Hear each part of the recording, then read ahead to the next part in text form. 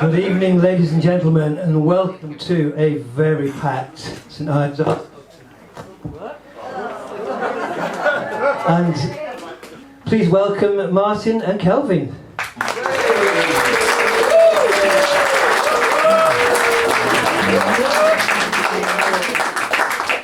We'll just get one thing out at where I'm from Yorkshire. So if you can't understand me, we could translate it, I suppose, or put some words up, subtitles up there. Over years, coming down to St Ives, I met a few people who... I went at Sloop one night, and funnily enough, Kelvin was with me, and this bloke offered me elocution lessons. That is true. So you know what, mate, I could teach you how to speak properly. Kelvin were going to throttle him, and I was just laughing out bother like yeah. We become good mates, and I nicknamed him Posh Pete.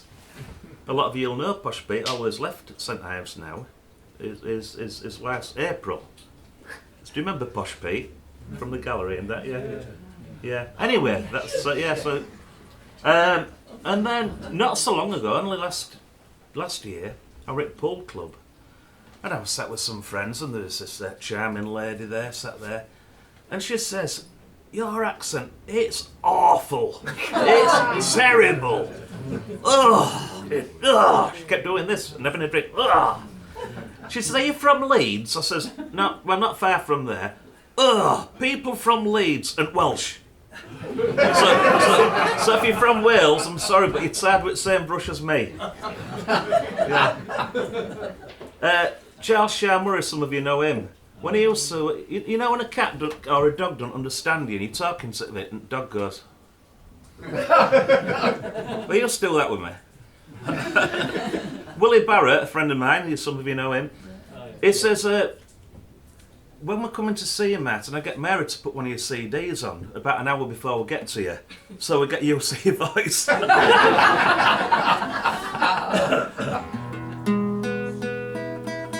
few years ago, I were in a cafe or a restaurant. It was the first time I'd seen this. Everybody uses it now. Pan fried. Come on. Pan fried. What else are you going to fry it in? It's fried.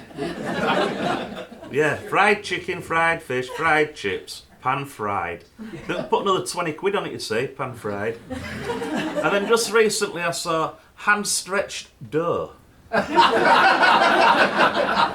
Hand-stretched dough, yeah. I went for my breakfast with Phil the other day. Hen eggs. that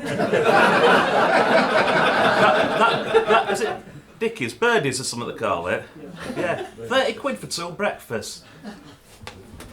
Robbery. Hen eggs though. I'm gonna do 2 or 3 songs. I've got a new album out. I ain't got one here for sale.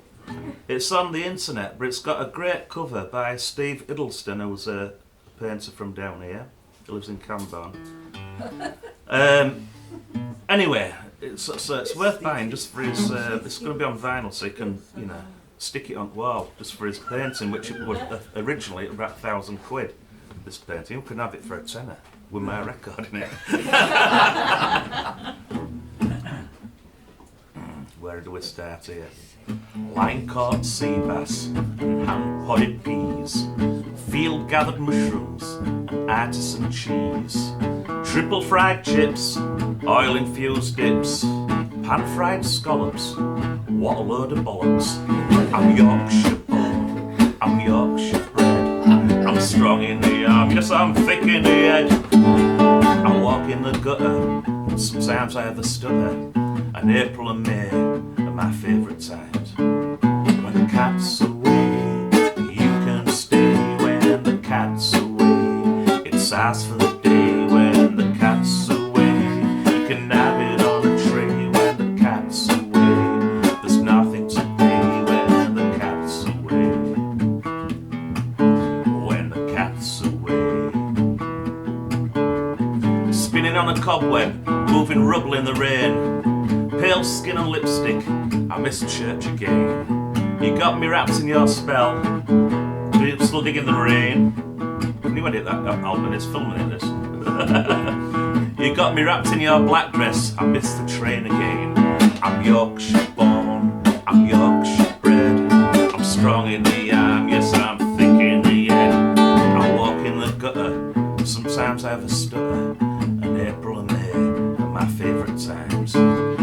cat's away, you can stay when the cat's away. There's nothing to pay when the cat's away. It's asked for the day when the cat's away. You can have it on a tray when the cat's away. When the cat's away.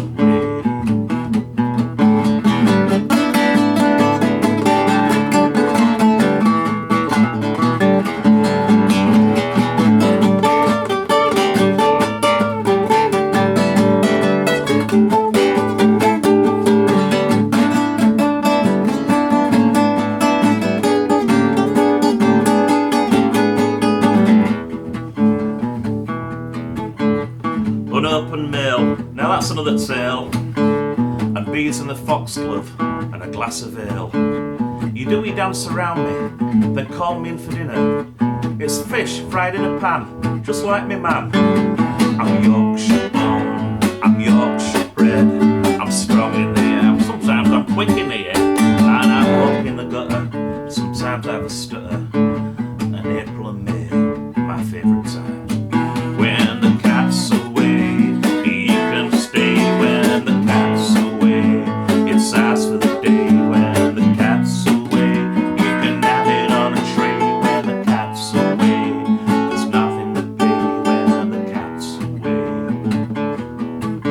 When the cat's away.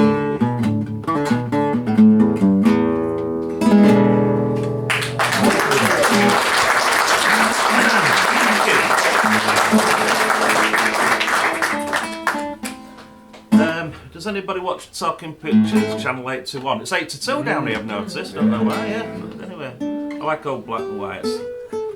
This one's called Bogart, as in Humphrey. And you've got to imagine it being in black and white, this one.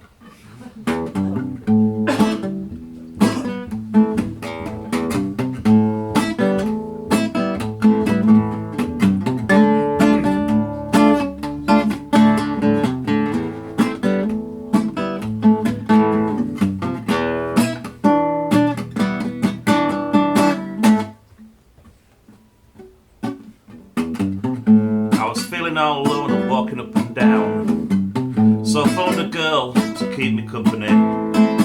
When she arrived, she said I haven't seen you for a while. I said I've been travelling around the world. She said, are you going to stand there looking or pour me a drink? I said, the bottle's over there and I'll have them myself. Well, she talked for England, she asked lots of questions, so I told her about my travels, the wonders of the world. But she didn't care, she just sat there drinking, and I wasn't bothered because I like to smile. She said, you read all those books upon your shelf? I said, I surely do, but only one at a time.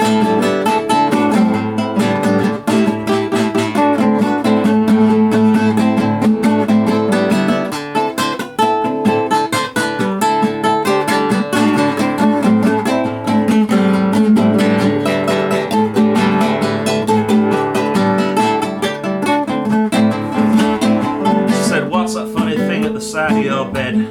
I said, it's my record player for playing my LP. She said, why did you put one on so we can dance? So I put some Dr. Feelgood on, we danced round the room. When the record needed turning, she looked me in the eye. She said, if you want a blowjob, you better sit on the chair.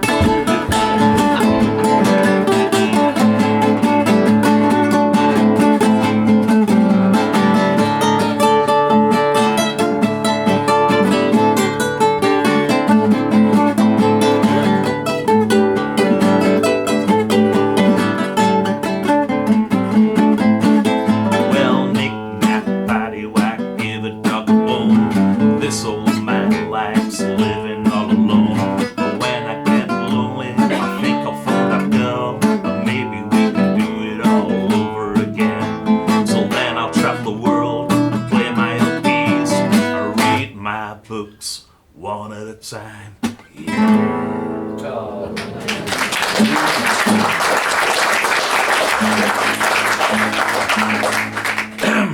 I'm gonna play this next one, but it's got some beautiful saxophone on it by a guy called Vincent, but you can't guess which country it's from. But I met him in Sheffield, busking on a corner. Me and my mate sat and listened to him, and I went up to him and talked to him into playing on 2 albums of mine. And this one was left over from these album sessions. And just recently I put some words to it, and so I'm going to do it live, but Phil's going to actually play it later on, so this saxophone, it's really, really good. If I remember words. I wish I'd practiced. If I knew you lot were all coming, there might be about 3. Puts you a bit on edge, you know.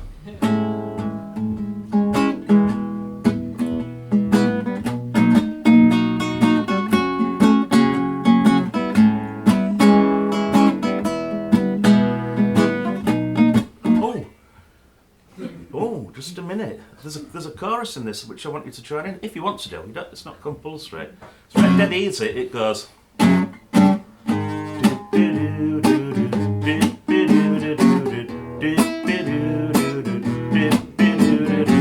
So men could go. And ladies could go. There's some clever bastards out there, some will be able to even harmonise to this. But if there's any Yorkshire women in, they can join in like this.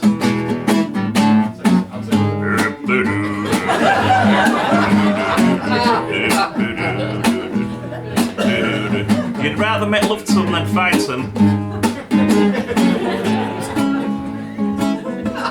I'll give you a nod and a wink when it comes in.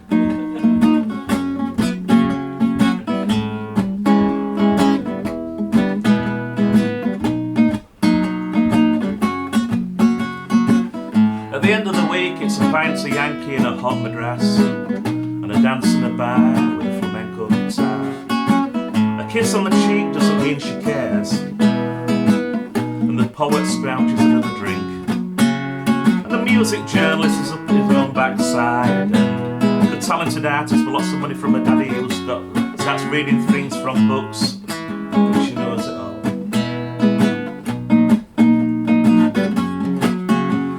Walk across the field where there's an open fire, and I talk to the gypsy who's clearly a liar.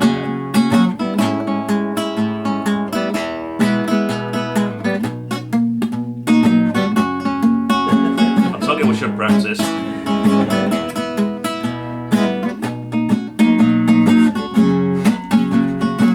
A Dutchman plays a saxophone on the corner of the street, that's his living. 2 lads walking by stop and get a coffee and light up a spliff and sit back and watch the girls go by. They get a bit stoned and one says to them, you know, reading Bible every day, don't keep the doctor in the way. The other one smiles and says, you know, on a day like this you don't have to spend a penny, do you? Chorus.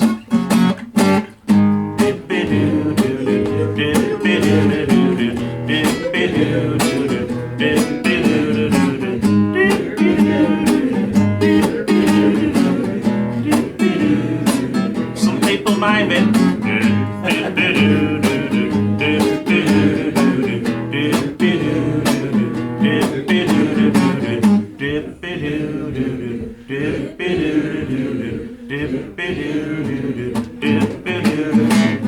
Then the gypsy turns up, says hello, buys a smaller coffee, and then says bye bye, bye bye. Say Phil's going to play this interval hopefully, you might recognise it then. And I sing words in right order.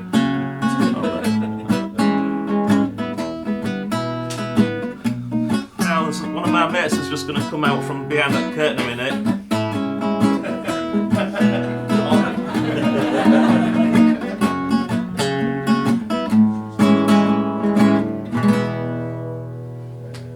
Thank you.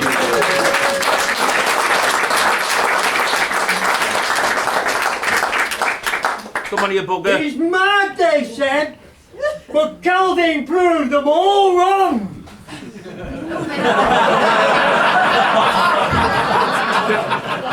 Shall I tell him the story of the birthday. Yeah, just a minute, there's something different about you. Have you had your hair cut? Oh, well then, tell us about that bird Tell cage, you, Kelvin. just give me a mo. I'll put something looser on. Yeah.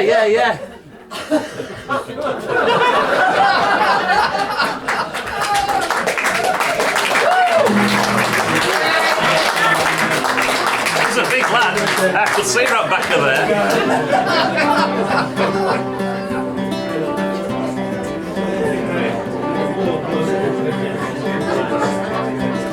Wake up, my girl.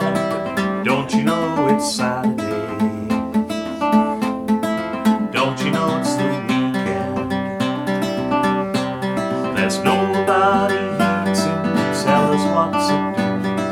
Nobody here now, just me and you.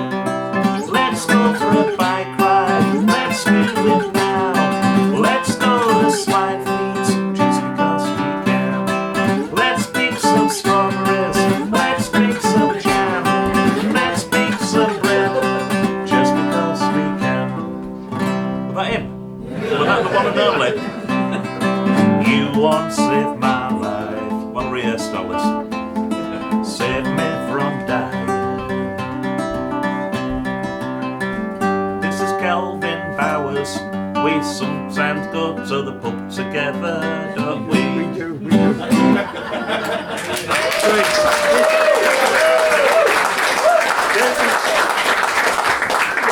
Thank you for coming, and thank you even more for staying. This is my favourite venue. It really is. I love it here, Martyn. Yeah, it's brilliant. You Yeah, can really. keep the Guildhall. Yeah, most Oh, no, definitely. no. Yeah. But all kinds. You never know what you're going to see when you come to the art. That's true. But I've seen a mermaid spend half the night pumping up a paddling pool and then doing a handstand in it. And What's your clothes on? it's got a tail. Yeah, no, that's like a spoiled job, doesn't it? Yeah. My favourite night, and it was a personal story. I'd done my thing, and Phil was hosting the night. So I'd read something, and there was hardly anybody. A few people from Manchester, I think, and hardly anybody in the audience. These are the special nights in the winter time when you can hear the waves crashing and the moon in the harbour. Wonderful times. And I didn't. Sometimes it's too chilly. You feel, oh God, nobody's going to be there tonight. It's going to be a dud night. And turned up, like I said, just a few people. We sat at the back. I came on and read some. I can't remember what. And I was just getting off the stage, walking off the stage, and this chap from Manchester jumped up. He said to Phil, "Did you see Kelvin Bowers?" And Phil, yeah. "Kelvin Bowers, you get back up here on this stage." And he sat me down. He was there. He sat me down and stared at me. He says, "You don't remember me, do you?" And it's like one of those moments, it's almost like, I imagine dying, you know, all your misdemeanors flash before your eyes. And it took a while. And I said, no, I'm sorry, I don't. He said, 30 years ago, I was a student at the Staffordshire University, and we were making a film about you, about your journey. And you were living in a little cottage near the Peak District. And they said, you knew we were coming to speak to you. And we turned up, and I was the cameraman. And there was a girl holding the mic, and the idea was we were to knock on your door and say we've come to interview you about the journey. Anyway, this girl knocked on the door, and the door burst open, and you leapt out, stark naked, with a birdcage on your head. And there is footage of that incident. Yes, now. We all want to see it. So I thought I'd try and recreate it. Imagine, he said, for 30 years I've been telling my family about this night, this day, and now you're here in the flesh. Well, Thanks, not man. in the flesh.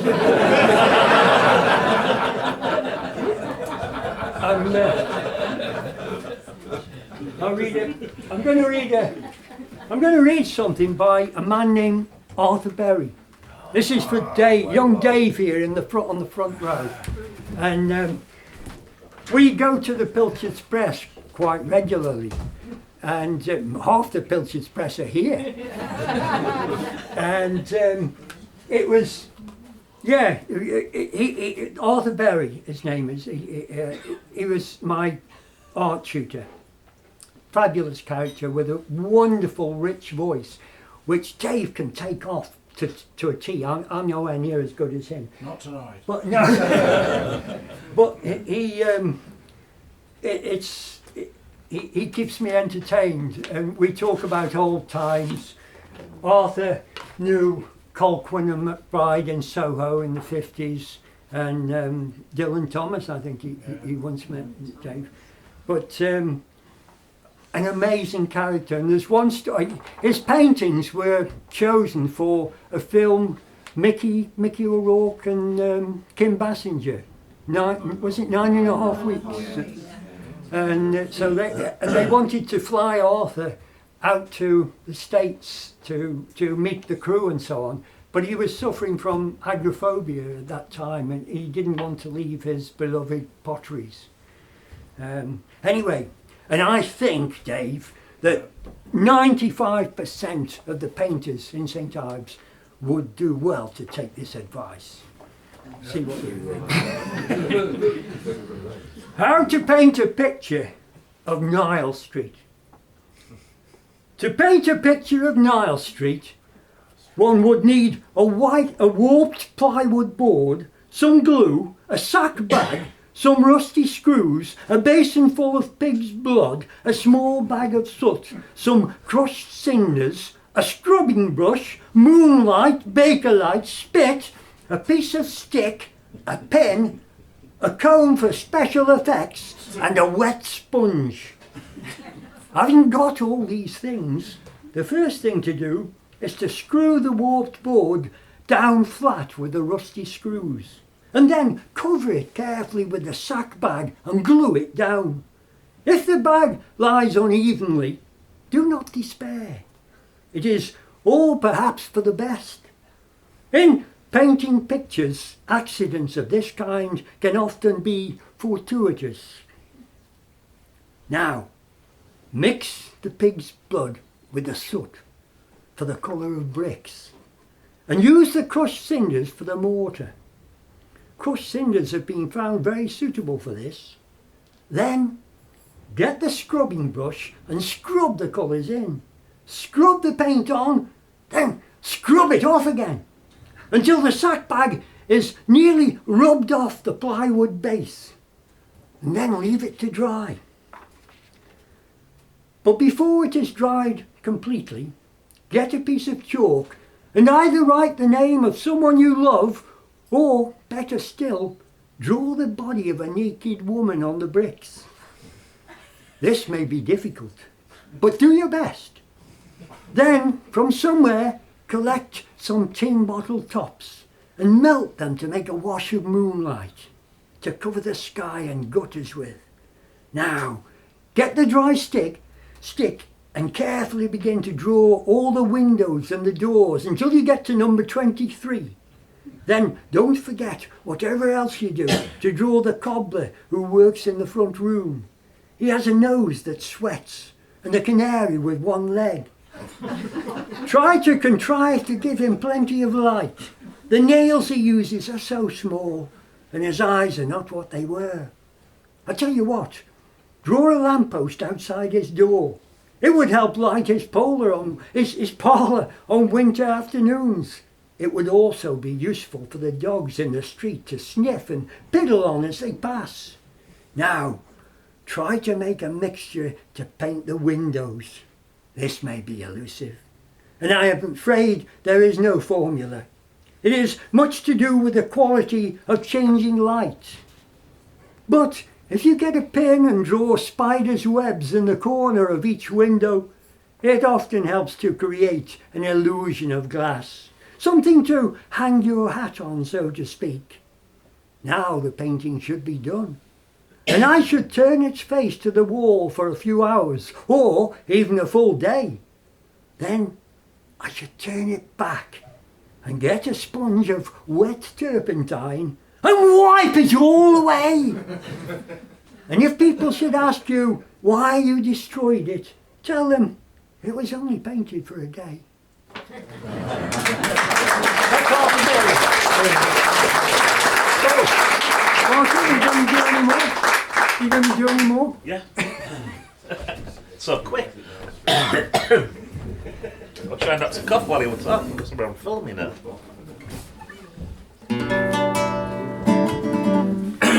A few years ago I did this album here, you know. Another one with Steve Hiddleston's paintings on. And there were a couple of tracks which it's all gone down well here. Colour in the Crack. In fact, somebody locals even covered it. Which I'm proud of that. And there's a version of Sexy Exy and Mr. Origami on here. The best version ever. And the reason why it's the best version, Kelvin, I'm playing on it. Okay. Recorded in Salt's house about 20 years ago. And it went Buffalo Bill were here, and I got him to hold microphone for Bob. So he had one microphone stand. And then my mate Tom was with us, and he held the other one near my guitar, so we recorded it. And so it's got the live version in the Salt's house. Just mention that. So anyway, I'm gonna play a couple of tracks off there.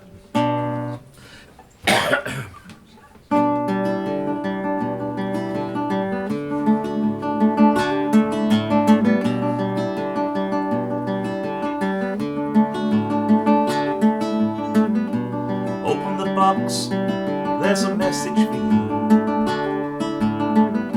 The window's open for you to escape. Look at the sky, it's at its best. You will find the color around the crack. Walk slow, but think fast. Sit at the back, take it all in. Open the door, but don't let them in. And you will find the color around the crack. Walk the dog and meet new friends. Look them in the eye if they start to laugh.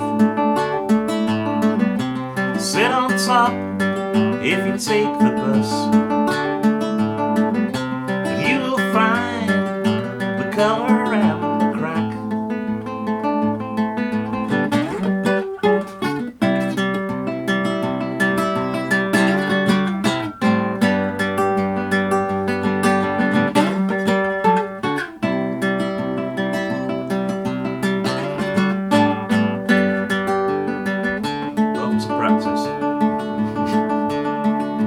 Actually, Kelvin, this song, you know, like you like that Needle of, you know, yeah, Needle of Death, yeah. I wrote this. One of my friends who, an alcoholic, used to drink a lot, Kelvin, not like me and you. No. But he used to. I'll just stop and tell you. I'll finish. I'll do the last verse in a minute. It's worth waiting for. He used to like a pint like rest of us. Then he started drinking whiskies and all heavy stuff. And the one night we were out drinking, and he kept up his coat pocket, and he had this bottle like this, and it was full of something blue. It looked like brush cleaner. And I said, "What's that?" He says, "Don't ask Martyn." He says, I just need a bit of colour and crack in my life. So I actually wrote that song. From that. From him saying that, yeah. So there.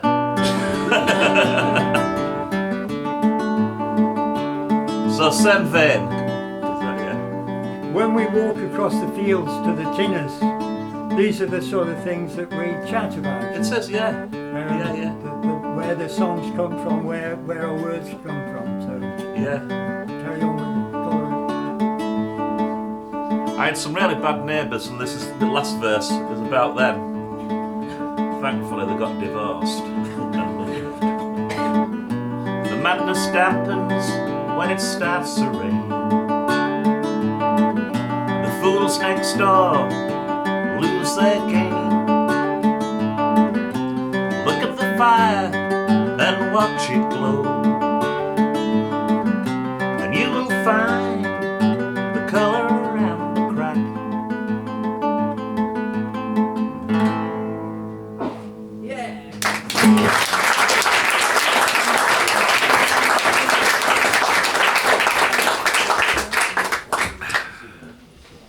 Well,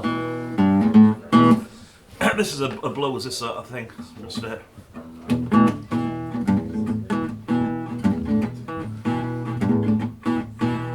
waiting at the corner looking for a number 5. Waiting at the corner looking for a number 5. Well, this old journey might just keep me alive.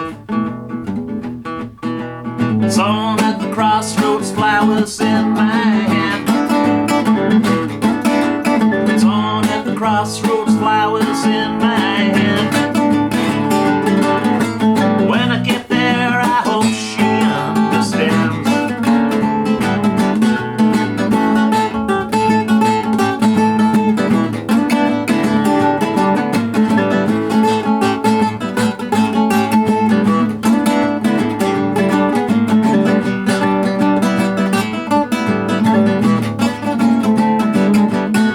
I rap upon a door and I wonder what she's gonna say. I rap on the door and I wonder what she's gonna say. Got a smile on her face and I think it's gonna be my day.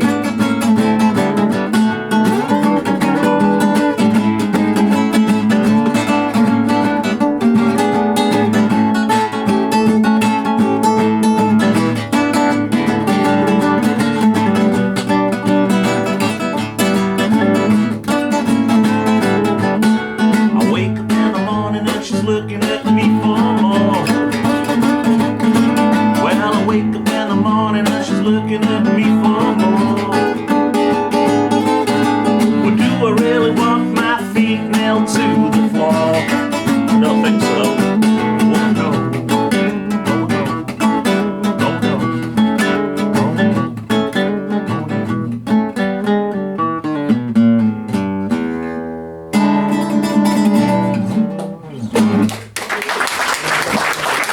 Hey, don't forget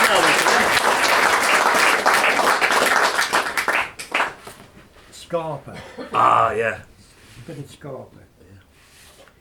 This is something I've been writing over the years. Whether or not it'll ever reach a public, well, it's been with many publishers, but nobody's taken it on. Scarpa. Now, Samuel Swift can run, really run. Everyone but his mum calls him Scarpa. He's befriended a tetchy old man named Enoch who lives on a narrowboat, the Milky Way. Enoch breeds racing pigeons and he was once a long distance runner himself.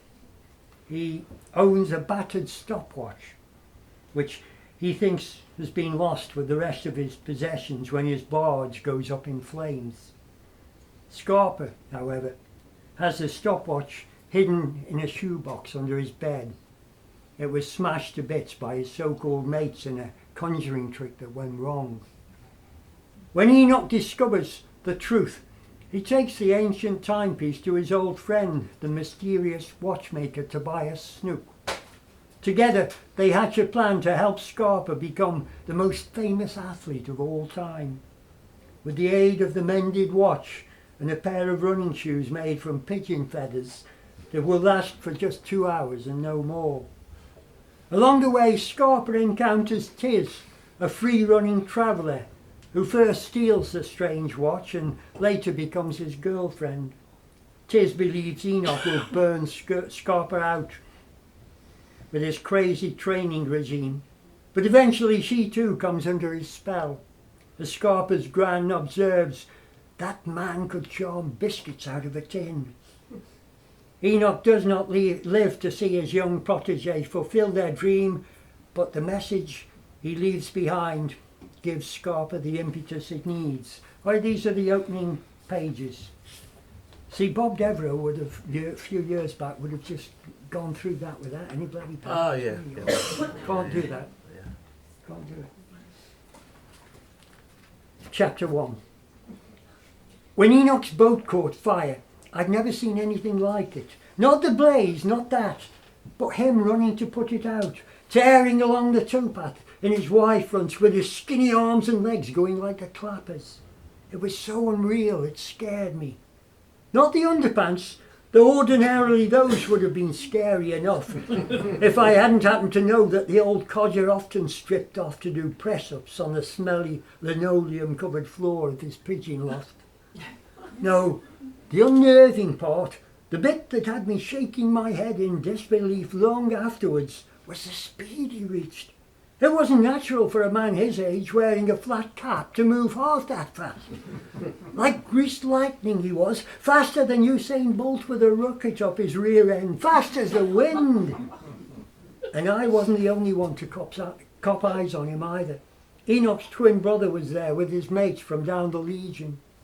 But it's no use me saying ask Ribs what he saw, because you wouldn't understand a word he was saying. Anyway, he and Enoch hate each other's guts, despite the two of them growing up together, getting sent off to Borstal together, and not even being parted when they were both called up to do their national service. You see, Enoch's that rare breed, a leopard who's changed his spots. And now Ribs doesn't want to know him, can't abide his brother, wouldn't lift a finger to help him. He hasn't changed, Ribs. Not him. He prides himself on staying the same nasty piece of work he always was. And he would poke your eyes out as soon as look at you. So there's no point in asking Ribs to tell you what they saw that day. Anyhow, perhaps a whole bunch of them are too tanked up to even notice the flames, let alone Enoch rocketing towards his narrowboat as if there were no tomorrows. Besides, they were only there to race their lurchers and whippets along a cinder path on the other side of the cut. All those idlers were concerned about was making a few bob on the bets they laid. When I think back to that day, I could kick myself for not having put money on old Enoch to outpace those scrawny dogs of theirs. But then I see Rib's mean, narrow face, which is hardly wide enough for his shifty eyes, and I know damn well, bet or no bet, he would never have coughed up. Unfortunately, Enoch's pride and joy, the Milky Way, had a wooden hull. It had once been a butty boat owned by Cadbury's, and at the height of the inferno, just before Enoch leapt aboard, I thought I spotted chocolate oozing from between the planks. Chocolate that turned out to be tar, bubbling in the heat just above the waterline. The colour of the water in the canal was a lurid caramel on fine days, streaked with rainbow-coloured swirls where great globs of diesel floated on the surface. Then, when it rained, the water greyed over, like the ancient lanes winding out into no man's land beyond the allotments. Drunks or strangers have been known to mistake this stretch of flatness for tarmac and gone plunging straight in. No one in their right mind willingly took a dip, but Enoch had hauled out corpses with veins blue as Stilton. It was something you did periodically when you lived on the cut.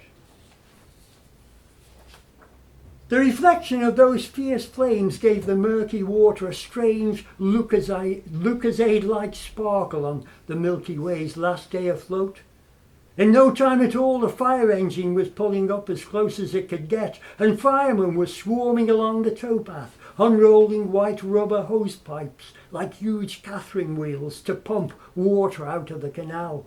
Soon there were shoals of fish raining down from the sky, their red scales sizzling in the water, swamping the flames. Enoch may have been able to reach the Milky Way with that superhuman effort of his, but he couldn't prevent it from being gutted. He lost all he had, the poor old soul. A lifetime savings stuffed in socks went up in smoke, and he very nearly went up with it. Probably wanted to, if the truth be told. The old man was bedridden in hospital for weeks after that. None of us expected him to pull through. I went to see him every other day, only sometimes visiting hours clashed with footy practice or whatever. So I tried to get Mum to fill in for me, because I knew that Ribs would never go near the place, and there was no one else. Mum said I mustn't worry, that he wasn't well enough to know if I was there at his bedside or not. And she was right, of course. Anyone could tell he was at death's door. But I still thought I owed it to him, and so I went as often as I could. To say that hospitals give me the jitters is an understatement. I hate them. Most people do, I think, apart from the doctors and nurses. Anyhow, that very first visit took some doing, I can tell you. Seeing him surrounded by complicated gadgets with lit-up dials and needles fine as a grasshopper's legs that quivered each time he stirred. I only peeked through a glass partition that first time, and remember thinking how frail and vulnerable he looked, and how quickly he'd become like a stranger to me, with his white hair so neatly combed. Hair which I'd hardly noticed before, except for wisps sticking out from under the flat cap he never took off. Enoch's head had shrunk without his scruffy tweed cap, whilst the pillow it rested on looked bigger than a pit mound covered in snow. Plastic tubes ran from his arms and chest to different bottles I didn't dare look into. They turned the poor old fella into a porcupine overnight. For a fortnight or more, once he'd got shifted to a different ward, I'd sit beside his bed, wolfing down the grapes Mum insisted I take him.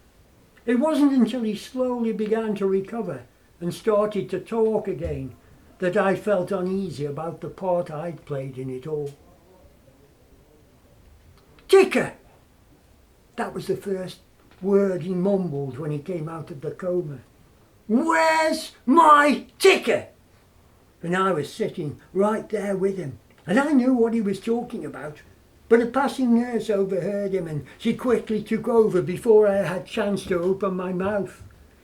"It's all right, Mr. Lovett," she told him, as she grabbed his wrist and found the pulse. "Don't want you go fretting now. It's beating strong as a big drum, that old heart of yours."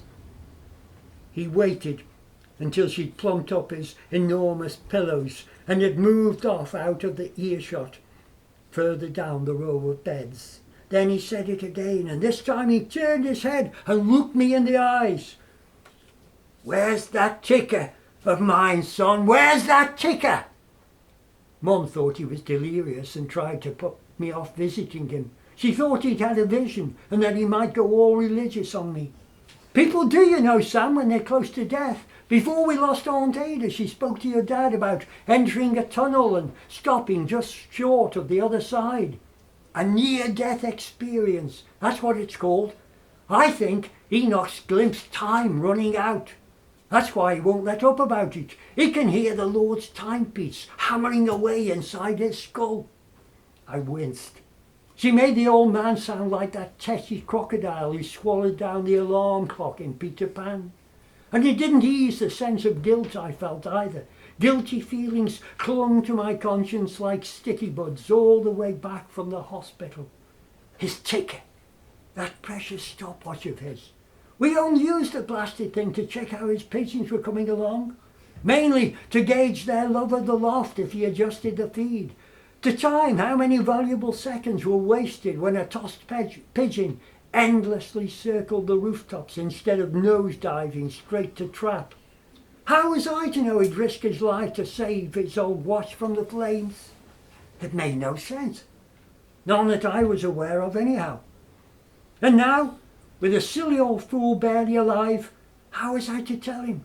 that the watch wasn't even on the boat in the first place. It was in a cardboard box under my bed, wrapped in tissue paper from the lab, waiting for me to save enough money to get it mended. I can't think why I hadn't just nipped along to Matt's garage on the morning the crummy watch got broken and picked up one of those cheap wristwatches on offer there. Except, of course, that they were all digital, and Enoch would have blown a fuse. We'd already had that conversation, short and sweet as it was, when I'd suggested him getting something less clunky that would fit in my palm. A digital stopwatch, capable of different things. Digital, he bellowed at me, baring his gums in a shower of spit. I don't need no digits, boy. Smartphones and digits will be the death of your generation. They'll fuddle any real nous out of you. You see if they don't. So that was that, I suppose. But it was only half the reason I kept the accident to myself. Accident. That's a laugh. Some accident. That's chapter 1. Thanks.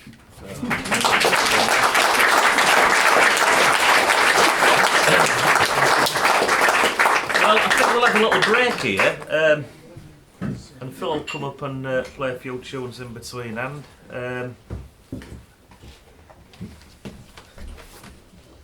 things for sale, merchandise, some people call it, but not compulsory. You can see it all for free on internet, on YouTube and Bandcamp. You can listen to it and stuff like that. But if you want a personal copy, you're welcome to pay for one. Are you going to introduce? Oh yeah. So this is off my new album, and it's called Inebriation. But that was taken off Steve Hiddleston's painting. That's what he called it. It's a painting, come sort of drawing, but it's a fantastic bit of art. But you can see that on YouTube as well. You'll see it as it comes up. That's what the art playing it is just a picture of Steve's artwork and me doing this particular song. It's called Thin Red Line. So we can have a little break now, Kelv. Can we? Yeah, you can put your underpants on and we're fine. So we'll see you back in 15 minutes, 15 to 20 minutes. Thank you.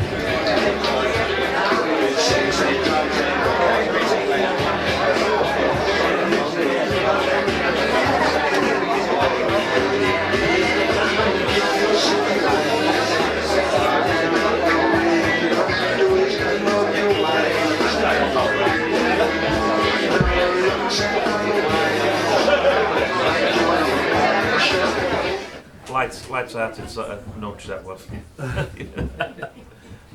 Yeah, so we've chose a song each, like a Desert Island Disc, including Phil at the end, you know, who's doing a great job with this bootlegger. And Phil. Yeah, good old Phil, yeah, exactly, yeah. But we're gonna start with Kelvin. Okay, yeah, ready? Oh. Yeah. I've always wanted to be on Desert Island. Have you? Yeah. Hey, you are now. I know. Anyway,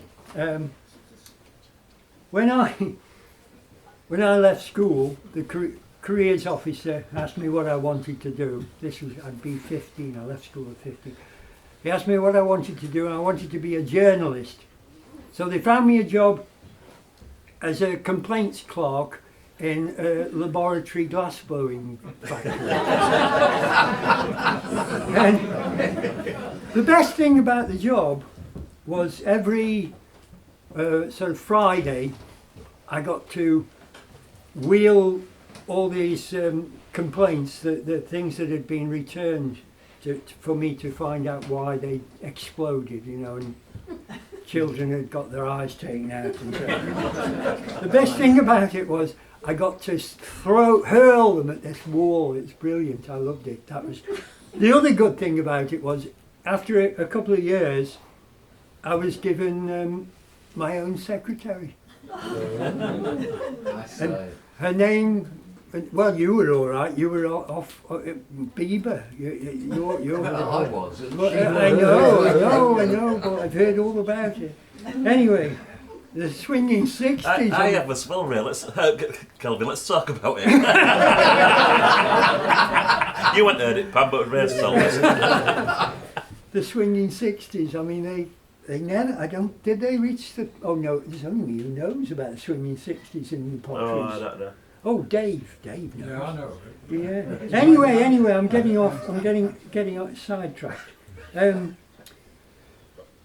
Vivian Jenkins, her name was, and we used to play footsie under my desk.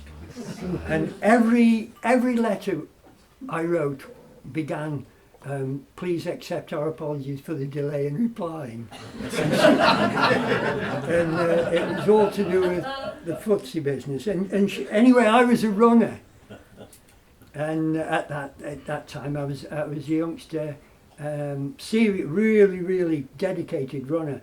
And Fridays I used to go to bed early every bloody night and take my pulse when I got up in the morning and write it all down. Anyway, Friday nights I used to go to bed extra early because I'd got a race on the Saturday. And one weekend there wasn't a race, and Viv said, oh, there's this chap coming, he's really rated, a fabulous guitarist, youngster from Scotland, named Bert Jans. And so it was, I didn't have to go to bed early, and I went to see Bert Jans. Wow. And this particular song that we're gonna play, Running From Home, it seems appropriate. And there've been a few people in my life who I've met at different times. I'll read something. And we've all done it. We've all met people, and they've steered us to something else. And hearing Bert Jans sing "Running From Home" was a major effect. This was his from his first album. I remember the cover. Oh. Anyway, thank you, Vivian Jenkins, wherever you are, for getting me on, putting me on to Bert Jans.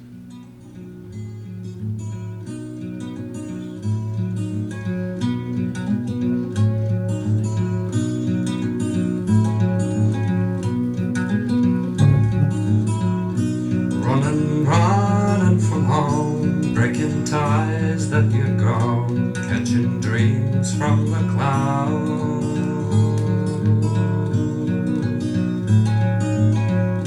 The city sounds burn your soul, turn your head to the cries of loneliness in the night.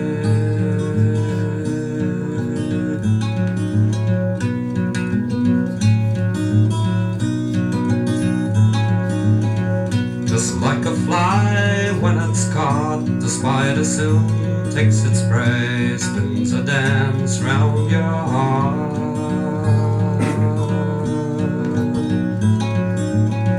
Yet be your beauty and age, a pleasure pleasing my mind, your heart will shatter and fall.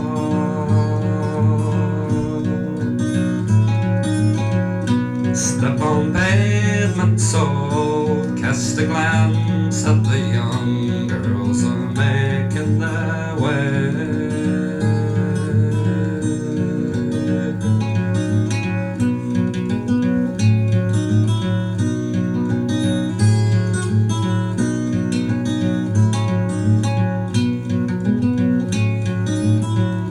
The passing image of you reflects the pain to my heart and disappears in a crowd.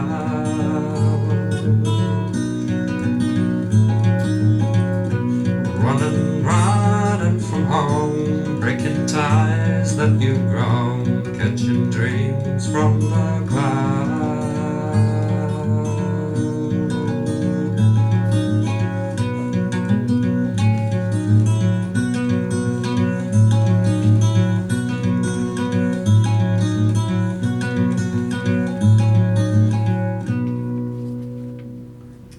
Brilliant. A few years later, it would have been in the late 80s. he played it for me in Burslem at a small folk venue, and again it was a tiny audience, but fabulous. Love it. Yeah. Right. I bought that album about before the war, before COVID, before the war. In Leeds, and then I went for a coffee in this place near, it wasn't Ivy Nichols, but somewhere wandered down one of them arcades, and this young lass said to me, "Oh, what you got there?" So I said, "Jansch." Oh, is it? Yeah. Oh, was he then a guitarist? And sort of, "Oh, what's your favourite track of it?" And I said, "Oh, well, there's this, that, and other." And then she just went something with modern technology. All of a sudden, it started coming over their speakers. Yeah. You know, where they ask it to play it, and it was but it was a magical moment. This young girl, she said, "I like this," and she played Angie, off that album. Yeah. Angie was the Yeah. In most folk clubs you'd go to, people were Somebody would do it, wasn't it? Trying to put. Yeah. Anyway, David Graham David first Graham. once it was it? Yeah. Paul Simon. I think he did it. I don't Simon know. Gaff. Possibly. I think so. I think they David Graham was the Yeah. originator, Yeah. and Yanks did stuff. Yeah. So Phil, it's your go, I think. Yeah, isn't it? well, it's sort of going back to those times, really, those folk club things, and I suppose the beat scene down here, it actually gets into it's a band that Clive Palmer was in. I don't know if many people know Clive. He was actually a Londoner, but he was a traveller all the time, but he went up and ran a folk club in Edinburgh, which is where he met Bert Jansch in about '63. Yeah. And he also met Robin Williamson up there, and so that was the beginning of the Incredible String Band. Mike Herring appeared a bit later, but they all actually formed up in Edinburgh. And that was about '65, running a folk club. Then they formed the Incredible String Band, which Clive only actually did the first album, and as you did those days in the Beats, Took off. getting into the hippie thing, took the hippie trail to India, Yeah. and that was about the summer of '66, and the album wasn't doing anything, didn't sell, and then it got a few reviews, and then all of a sudden it began to sell, but by that time Clive was on the road somewhere to India, Afghanistan, and no one could get hold of him. Yeah. So the two guys that were here started the Incredible String Band again as a duo, and then it went on for lately with girlfriends and whatever. But Clive was always one to move on to the next little project, and he always said even if they got hold of him, he was happy doing something else. Really, he'd done that, and we did actually pay Bert playing that one track on the Incredible String Band. Yeah. He moved from Edinburgh down to the Cornish folk scene, mainly through Whiz Jones, who was buskering down here. More Newquay way, really. That was where Whiz started in '59, really. And I think Clive came down a bit later. And then the scene, early '60s, was at the Folk Cottage. I don't suppose anybody ever went there. In Mitchell, no, just sort of south of Newquay. Again, it ran for quite a few years, and I had a reunion a little while ago. But he really formed a band with what was the remnants of the house jug band. Okay. Jug band music was around in those days, and so it was a guy called Henry the Jug. Ralph McTell was involved in the early jug band as well.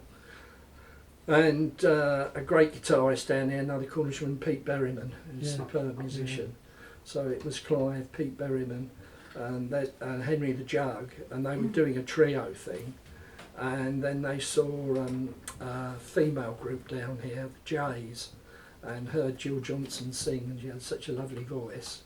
They said, "Would you like to join our trio?" So that was the quartet that made an album for Liberty, through really Whiz Jones putting a word in from them, and they were very lucky at that time. Record companies were signing people and recording stuff. So this is the single which came out a bit before the album, and it's a Clive Palmer tune. I mean, Clive didn't really write many songs over his career, but you know, the ones that he did were terrific. Yeah. And this is one of them. So it's called A Leaf Must Fall. Pete Berryman guitar, Gil Johnson singing, Clive guitar, and Martyn.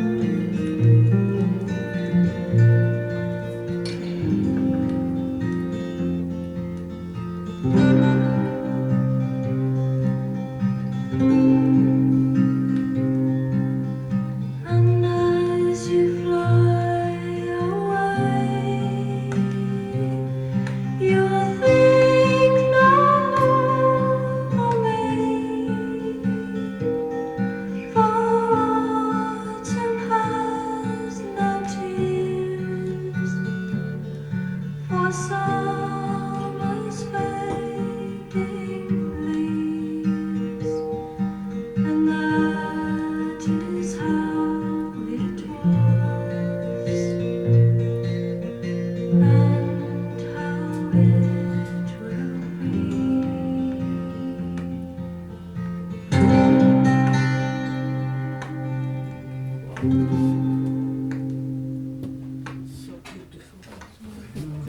beautiful, that Phil. Never heard that before. Just to follow on a bit, because it links in with St Ives and the club. Of course, Bob formed a duo with Clive last. And back to the Desert Island Disc, Yeah. Bob and Clive, and Morris Room, Yeah. and Billy Connolly Yeah, chose that's true. it for one of his Desert Island Discs. Yeah, but Billy Connolly actually met Clive in Edinburgh in the early folk club, Ah, right. 63. Yeah, could imagine And, so. he actually used Clive instrumental banjo thing for one of his BBC travelogue things, so he was a huge fan. Yeah. Very good, he bought Clive Yeah. banjos on that. But interesting, of course, say him and Clive, Bob and Clive toured a lot, and then he came and had local more Penzance bands, and you, Martyn, played with him in this very club. I did, yeah. Did you not? Yeah, Yeah. all through Bob, of course. Most things are here. And we didn't know he was going to No. turn up. Well, he used to say, "Oh, but Clive might come down." He was on about it for years. Yes, he was, This is and then about it 20 happened. years ago. Yeah. And then he played, and then Bob says, "Martyn, why don't you and Clive do something together, like he does?" and You know the feeling. and he would play banjo, and a lot of banjo players, they either want to play in G or something. And I said, "What key do you want to play in?" Trying to help him, like, "Oh, you want, mate." so I started this riff off, and he started playing, and then Steve Slim jumped up and he started playing a flute or a whistle. I just can't remember now, but we got going, and eventually it got tied in, and another claim to fame there, Yeah. Clive Palmer. Yeah. But as you said, it's the magic that happens in these rooms. Neither of those three had ever played before, and maybe never No. again. Yeah. But it's just thrown together Yeah. through mainly Bob as Yeah. the conduit. Yeah. and this room. Yeah, Yeah. Exactly, yeah. Tonight. Anyway, It's mad, isn't it? It's Yeah. your go. I think most people here come from that age group where you didn't ask for Christmas presents, did you? You just got things given. And that's which was good. It's good, I think it's good. But I watched Top of the Pops in 1971, and this group come on. Never seen them or heard of them before. And they played this song, and my mouth were open all the way through. It was brilliant. It's sort of a rock come pop song, but with a fiddle in it. Absolutely amazing. I think so, and it still makes hair stick up the back of my neck. And it was the first number one, and then they made many number ones after this one, but this was my favourite one. And Phil, you might know about this group because they're called Slade. So they're from your neck of the wood. So this guy, he's a multi-musician, he played fiddle, but mainly bass guitar and that, and piano and stuff. And he was very musical. And then there's like Noddy Alder, which he used to write tunes as well as words. Well, they both did, but it was a combination of them two playing it. Anyway, going back to the Christmas present, I said, that song on Top of the Pops, ma'am? Can I have it for Christmas? And anyway, I got this single, and I played it to death. And I've four sisters older than me and a brother. And one of my older sisters said, "Yeah, I remember that bloody Christmas, play that Slade thing, over and over again." "Oh dear, yeah, but I can't forget it, can I? So here it is, Merry Christmas." No, wrong one. Yeah. It wasn't that one, it was this one.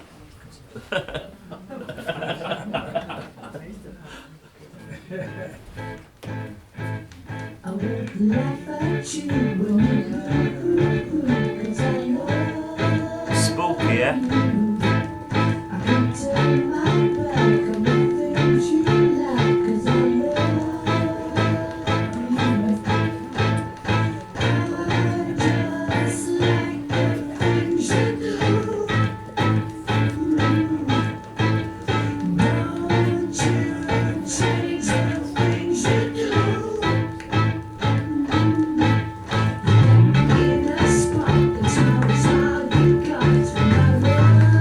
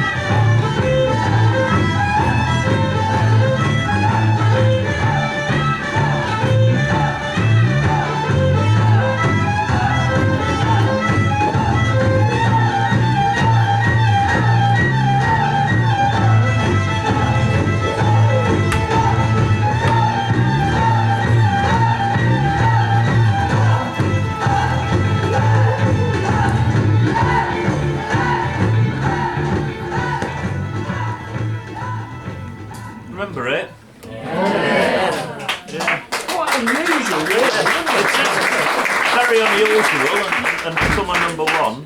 Yeah. That was Dave Hill. Dave Hill were in the band as well, yeah. When did he bass play? Well, funnily enough, when they played it live, Dave Hill played bass guitar, but he was lead guitarist. Jimmy Lee was bass player, but he was playing fiddle. Yeah. I think got recording, it's most definitely Jimmy Lee playing bass. But when they played it live, Dave Hill went on bass guitar for that one, yeah. That was that silly looking one. Yeah. Yeah. It's funny because they used to get dressed up like they did in that glam rock stuff and looking a bit stupid and stuff like that. But then when they're taught, they're just like normal working class lads. And they did that film Flame, didn't they? And there's a bit at the end of this film where Noddy Alder's in a pigeon loft. You don't want to, in this, it's quite a cult film now. But that sort of summed them up really, because they're just like working class lads, but getting dressed up like Bowie and Mark Bolan, who were like, yeah. But they weren't like that. Oh God. He's seen that thing where David Bowie's talking about, because his band were from Yorkshire, from Hull, Mick Ronson and co. And there's a bit on YouTube where he's talking about these Yorkshiremen from Hull. Like putting that fucking makeup on, fuck off. You know, it's like you get dressed up like a fucking bird, fuck off. All this lot. And then next night, because I pulled a load of women, sorry. Pass us that mascara, will ya? You'll pass us the lippy, because I'm pulling birds. So, I've put my strap on you now. You know, it's Serious stuff.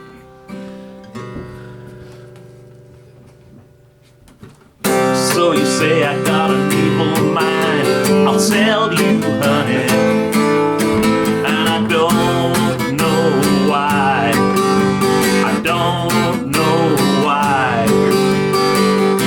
You say my singing's out of time, well it makes me money, and I don't know why, I don't know why anymore. Oh no, ready? So come on, feel the noise. Girls grab the boys. We'll go wild, wild, wild. We'll go wild, wild, wild. So long. So you say I've got a funny face. Well, I ain't got no worries. And I don't know why. I don't know why. You say I'm a scumbag with some disgrace. Well, I ain't in any hurry. And I don't know why. I don't know why anymore. Oh no. So come on, feel the noise. Girls grab the boys. We'll go wild, wild, wild. We'll go wild, wild, wild. So long. So you say we have a lazy time, but you should know better. And I don't know why. I don't know why. You say I've got a dirty mind, well I ain't got no worries. And I don't know why. I don't know why anymore. Last time, last chance, so come on, feel the noise. Girls grab the boys. We'll go wild, wild, wild. We'll go wild, wild, wild. So come on, feel the noise. Girls grab the boys. We'll go wild, wild, wild. We'll go wild, wild, wild until dawn. They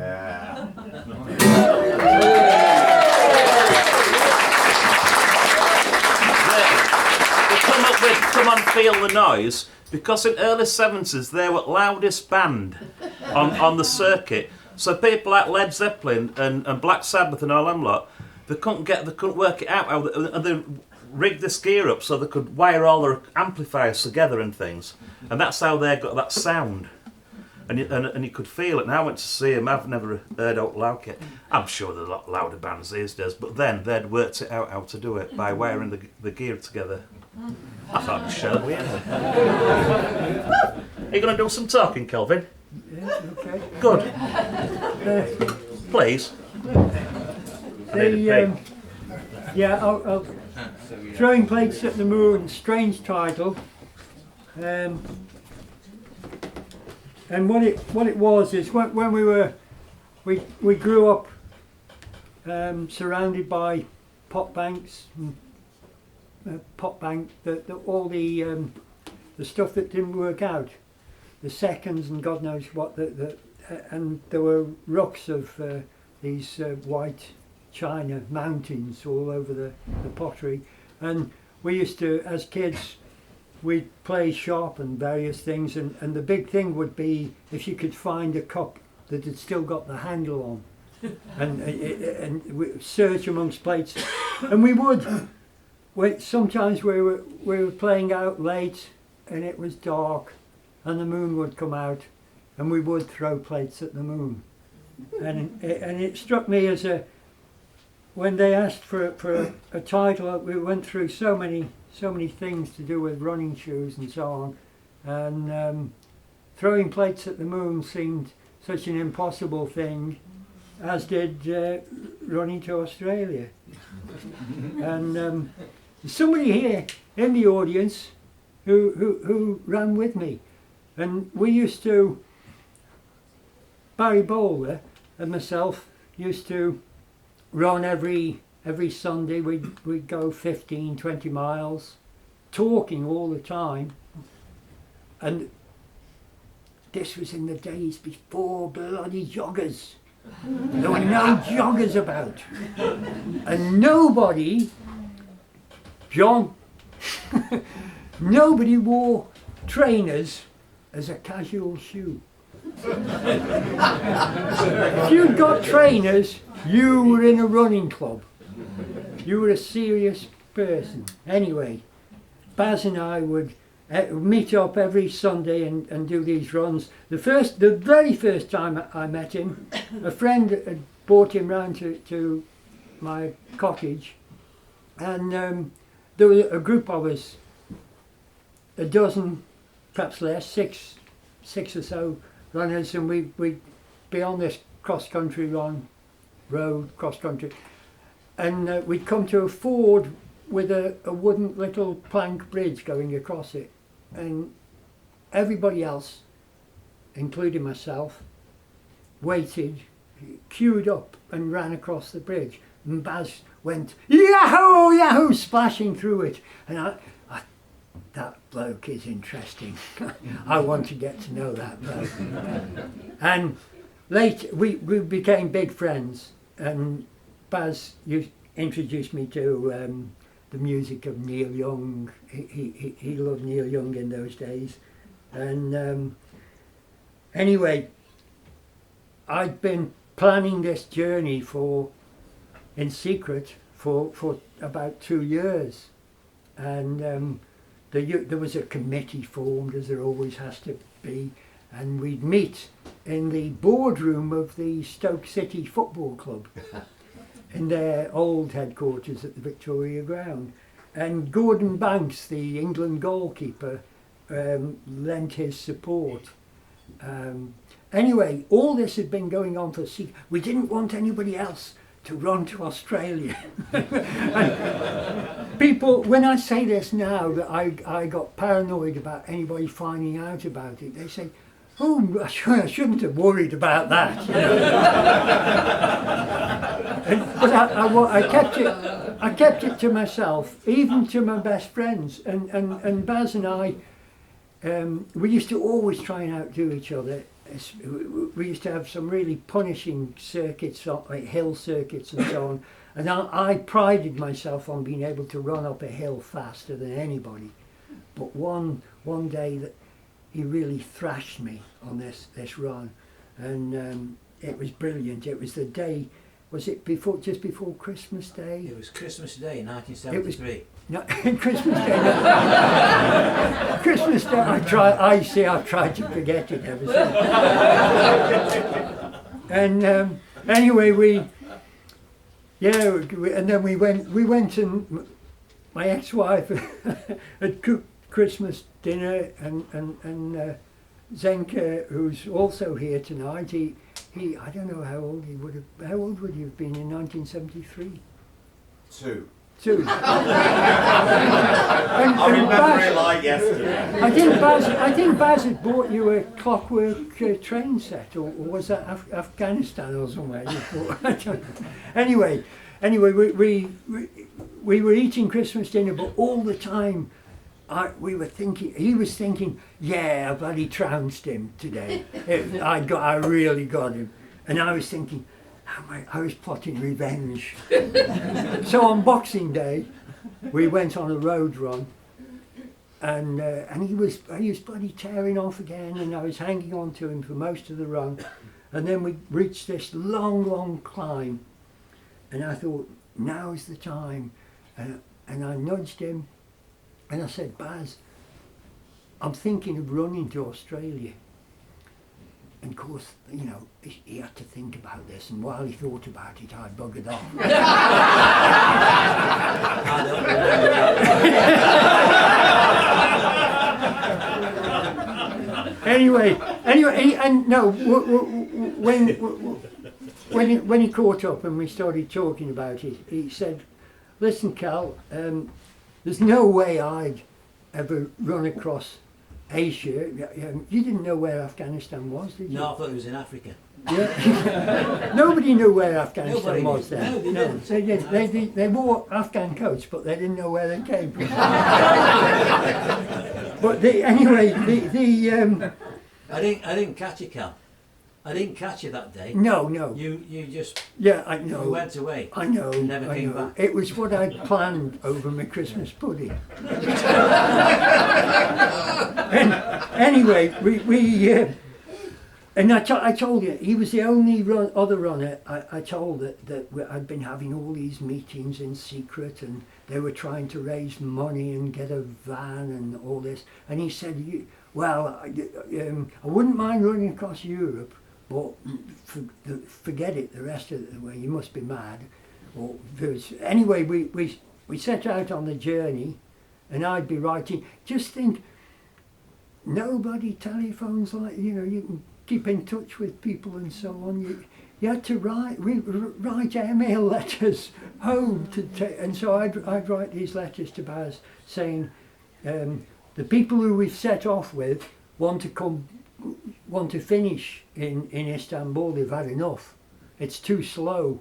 So that it was the driver of the support vehicle and his wife, and they were fed up. It wasn't at all what they thought it was going to be. So I said, well, we're not giving up. I'm carrying on. We needed a new van driver, and I said to Baz didn't drive then. None of us drove. We got this van that had got to carry on with me, and I said, why don't you come out? It's fantastic. It's amazing. You don't. Bit like what I was saying about the flu. You never know what's going to happen around the next bend or what you're going to find. Anyway, the letter must have worked because you jacked your job in. He said, And I'll paid give for you it. 6 weeks, and I'll give you 6 weeks to get over this stupid idea. I'll keep your job open for 6 weeks, and then that's it. Is that what they said? Yeah. But and Baz financed. We were getting support, sponsorship, and Baz financed himself to fly out and join me in Istanbul, and he ran from. I mean, you warmed up from Istanbul to the Black Sea coast, and you ran every step of the way from the Black Sea to Sydney, all the way across Australia and various places.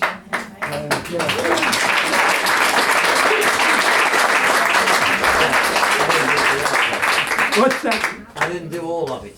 No, well, I... Can we see Baz? Yeah, Oh, yeah.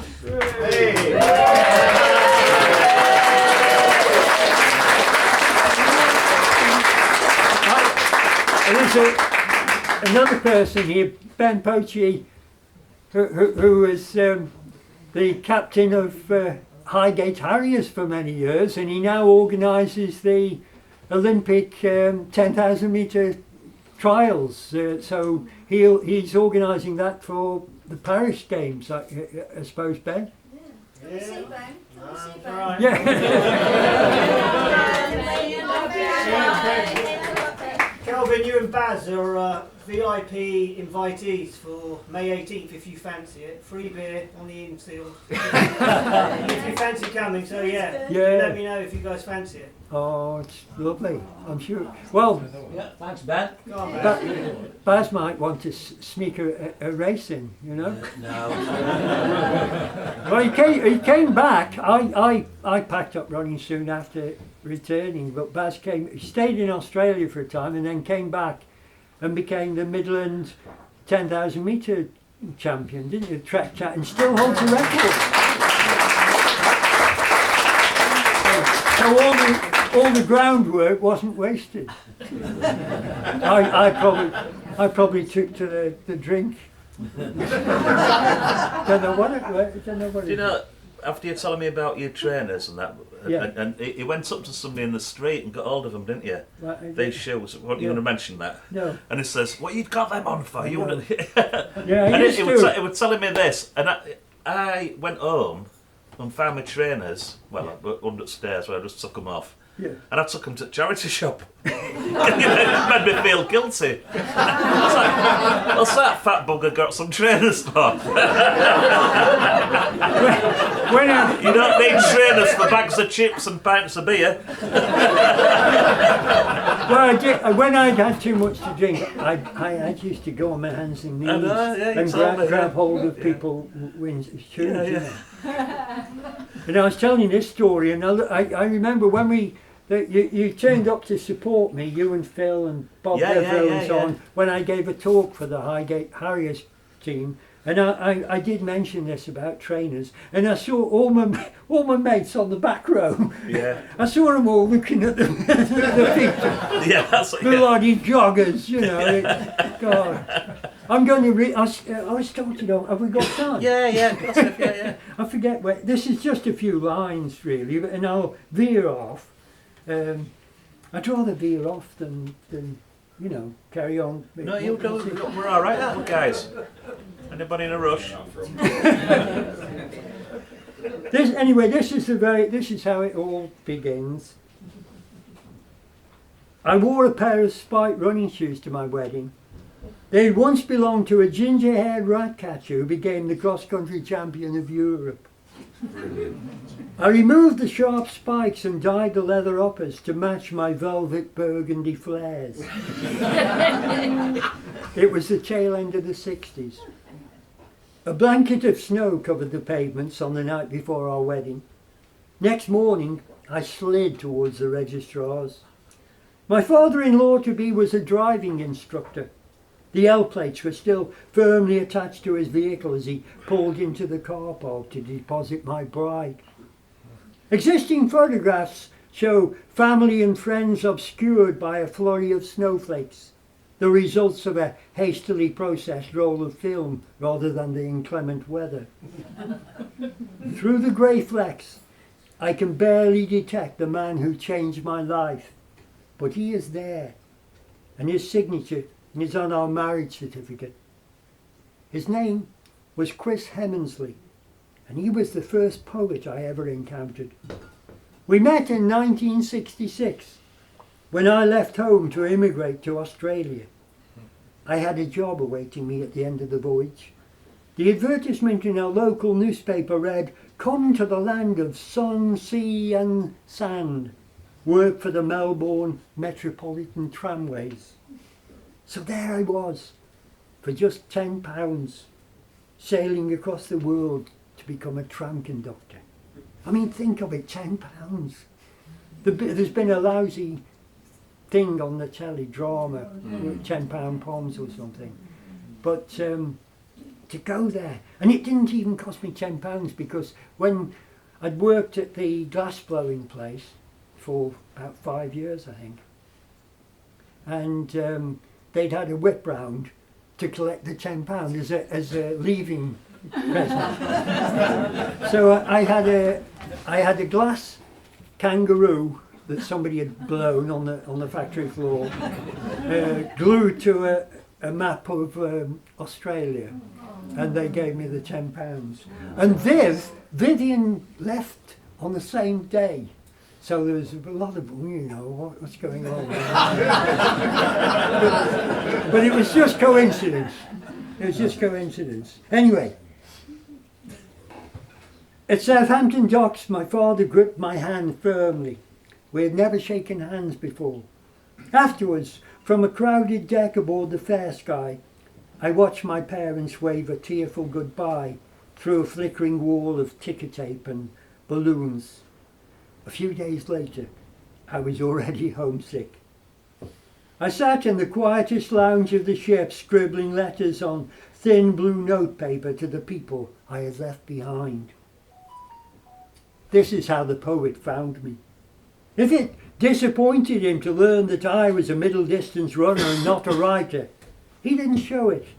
Instead, he recited the names of all the athletes he'd heard of: Landy, Zatopek, Ibbotson and Perry. The list was endless and included a good few heroes of mine. I'd once beaten Derek Ibbotson in a mile race on a grass track at Huddersfield and quickly recounted the win. Chris raised his eyebrows. It was a few years after his world record, I owned up. He was overweight by that time. He nodded, but in a way that nonetheless signalled some acknowledgement of an impressive encounter. That's the reason I'm going to Australia, to become a better runner. I explained how in recent years a new crop of athletes had emerged from the southern hemisphere and begun to dominate the distance events. There's a man out there, must be in his 70s now. He was Herb Elliott's coach, I said. Elliott had demolished a world-class field in the 1500-metre final of the 1960 Rome Olympics. Film of this event included shots of a wiry old man nimbly vaulting the spectators' barrier to wave a yellow towel furiously above his head as his protégé strode around the final bend. This was Percy Wells Cerrity, the man I was going halfway around the world to meet. Waving that towel meant that a world record was on the cards, I told Chris. It was their pre-arranged signal.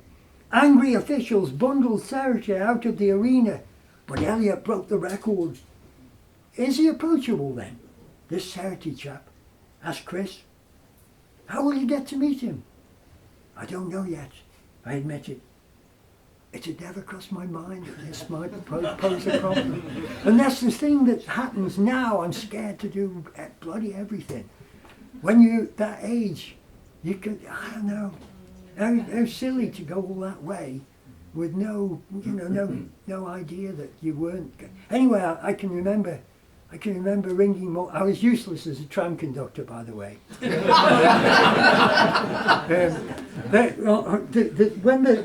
When the trams got crowded, the guys who'd been doing it for ages were able to avoid going through the middle of the tram, and they hopped onto the running boards, the wooden running boards, and sort of swung out and went from one entrance to another to carry on collecting the fares. And I'd seen this happen, and I tried it. And the tram was going on clattering through Melbourne, and the satchel was a lot heavier than I thought. And when the tram went round the bend, I sort of leaned over, and the satchels scattered all the money all over the house. And at the end of, I don't know how long I lasted, not very long. I owed as much as my wages were. And I handed in my uniform and rang Percy Serity, and I was nervous about ringing. This was the person I'd come all this way for, and what would I say and so on. But the one thing I got up my sleeve, I'd read all about Percy. He'd written books, and there'd been books written about him. He was sort of world famous at that time. He looked a bit like Salvador Dali. He got a strange, goatee sort of beard and a moustache that sort of curled. And it was very, very outspoken on Australian television. He wouldn't have lasted 5 minutes in this day and age with the sort of comments he made about, lady athletes. Anyway, I was on the phone to him, and the one thing that I got up my sleeve was I knew he'd been influenced by Arnold Bennett, who wrote about the potteries. And he even named his son Arnold in sort of reckoning. So I got this one thing, and he said, and where are you from? And I said, Stoke-on-Trent, the potteries. Oh yes, and that was the one thing, it really hooked him. He was interested. And he said, what time have you done for the mile then? I was 19. And I'd run a mile in 4 minutes 12. And he said, he exploded, and I knew he would. 4 minutes 12? Have you any idea where Elliot would be when you crossed the line? And no, I said, well, that's why I want to come and train with you. I want to. He said, have you ever seen a sandhill? And I said, no, we haven't got any of those in Stoke-on. But I've seen photographs of them in your book. And he said, well. And I knew he would. He said, well, it won't do any harm. Come and stay with us. And anyway, I went and stayed with him. And I was there for 2 or 3 months. My heart wasn't in it. I met, on the boat, I met the poet. And the poet had told me all about the Beat Generation, who trundled across America, Jack Kerouac and Neil Cassidy and so on. People that Baz and myself ended up talking about a few years on. Anyway, I didn't stay. I ended up back in Melbourne sharing a flat with the poet. But before I did, this is the part that I wanted to tell you about.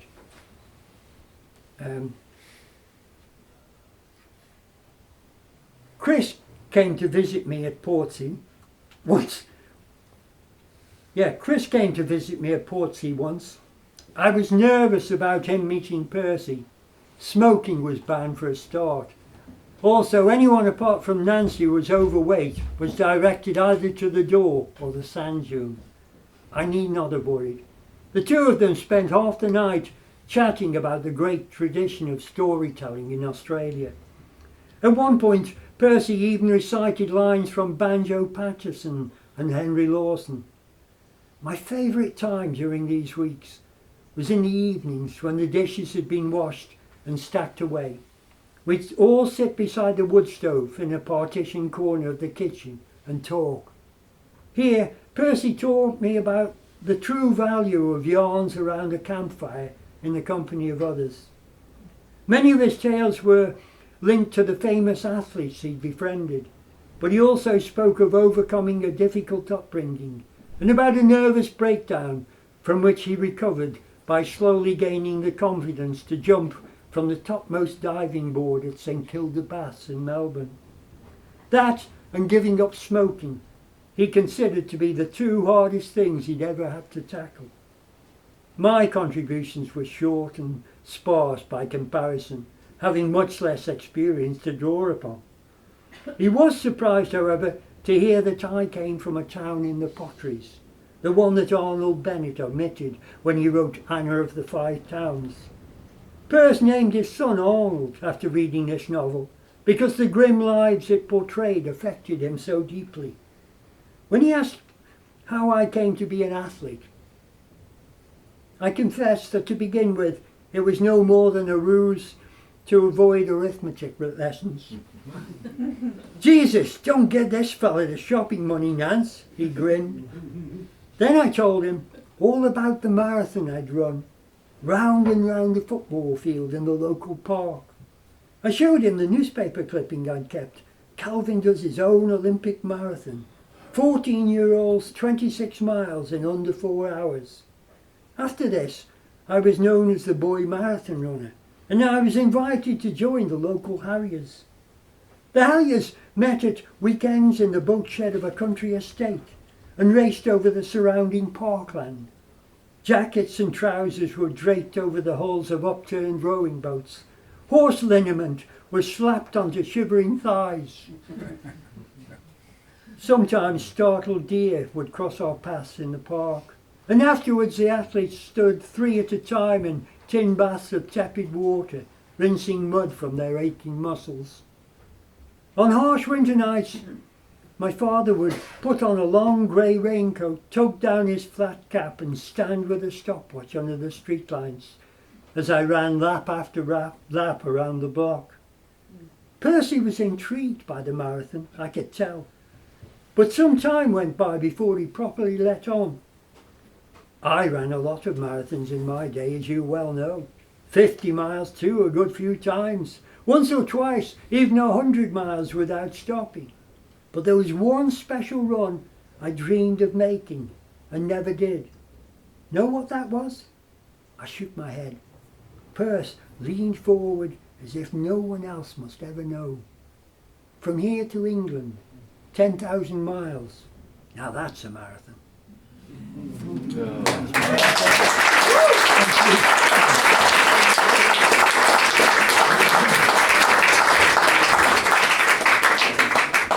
Well, I know some of you have got tickets for Luca Bloom there, haven't you? So we're about finished, really, Kelvin. So I'm just gonna. This isn't on my list actually, but because you mentioned Neil Young, and I ain't done this for about 10 years or so.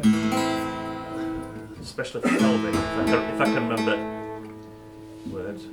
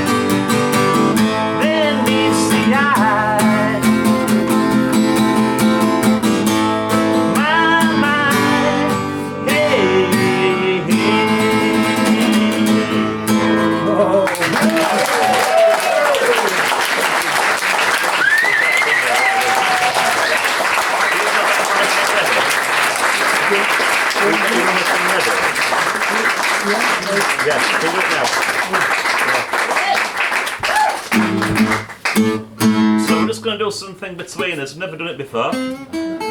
So he's got this thing about a runner. It isn't a runner. Oh, it's not to do with a runner. This one. But my tune's about a barrow boy. Yeah. So I'll start it off and then I'll back off a bit when you come in. All right, yeah.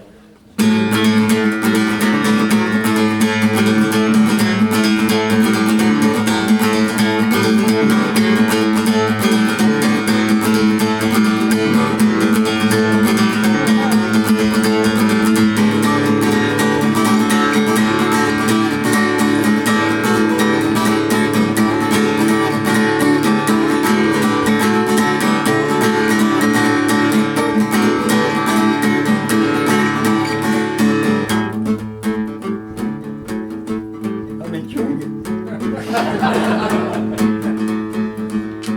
Enoch breeds racing pigeons, as I said, and they've been sent to Barcelona. They have these long distance races, and all his pigeons are missing. They've not returned, and Scarpa has this dream, a nightmare, that he is Parvo. Now Parvo is Enoch's favourite pigeon.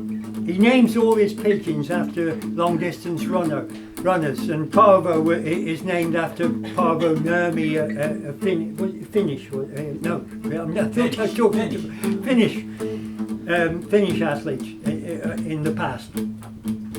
So I am. Sorry, I'm just going to give it an Australian feel. I am Parvo, Parvo leading the flock. The map our way home is securely logged inside my head, and I am flying with wide sprays of grey thrashing feathers on each side of me. Our combined weightlessness, blown and buffeted by wild squalls that have come from nowhere. Some weaker birds among the British have already had enough and are peeling away, forced to roost early and stay put overnight.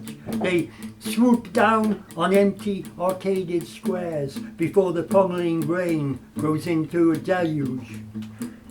Others keep vineyards blanketed by their wings and try their utmost not to scatter, while thunderbolts crash about them and blinding reflections of lightning strikes flash like sequins in their eyes. But I am Parvo, Enoch's favourite, flying into the eye of the storm. Below me, a griffin vulture carries off a lamb under the nose of a sleeping bear-like dog. Pools and lagoons peer up at us with widening steel-grey eyes. Mountaineers rush to shelter inside nylon igloos, their glinting metallic climbing gear jangling against their hips. Bird hunters follow the clanging net bells of their panting hounds. I smell lavender and fennel, watch water pour from cast iron fountains like liquid sickles, the sound of splashing drowned by that of slamming shutters. I am Parvo, scoffing on storm clouds as if they were breadcrumbs, crossing a high, treeless plateau riddled with bone-white stone pens, which the wind whistles through before spiralling into smokestacks of dust. Parvo, plotting a new course, following a thinning road through deep gorges, passing crumbly-topped castles and with squat towers that remind me of crenulated pie crusts. Parvo, snatching sleep on the wing, drinking where I can, watching wilting pigeons crash to earth like stones. I tick off the landmarks in my head, the medieval humpback bridges, Bronze Age stone circles and wide marble boulevards. I dodge shooters and power lines, glide exhausted above arrow-straight autoroutes and high-speed railway lines. I head for the final barrier, a choppy English channel. But many hours have passed, too many. Enoch will have his aching eyes nailed to the sky by now, ensnared by the slim chance that our tired grey wings will suddenly appear above the canal. and blot out the neighbouring housetops as we drop to the loft. But there is only me left. Only me, Enoch, only me out of your entire racing team. A lone bird, the sole survivor, listening for the sound of that rattling can, hauling my bedraggled feathers closer and closer to home. Shall we leave it?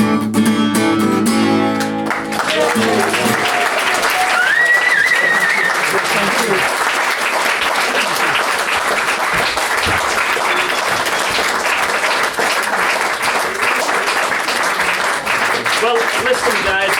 Thanks for coming. You know, it's been brilliant. Great turnout.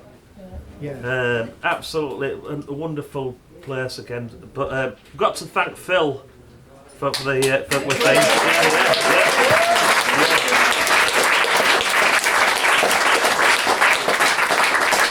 And behind the scenes organising the order and thing, wasn't it? Yeah. Kelvin, well, we had a pint. We did. I or Phil, yeah, all right, yeah. At the Star at Crowlers, yeah.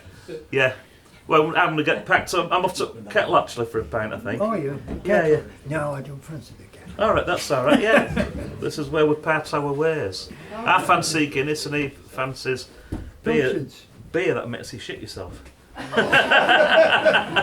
That's another story Oh, for yeah, another night. That's another for another story. But thank you for coming. Yeah, thank you.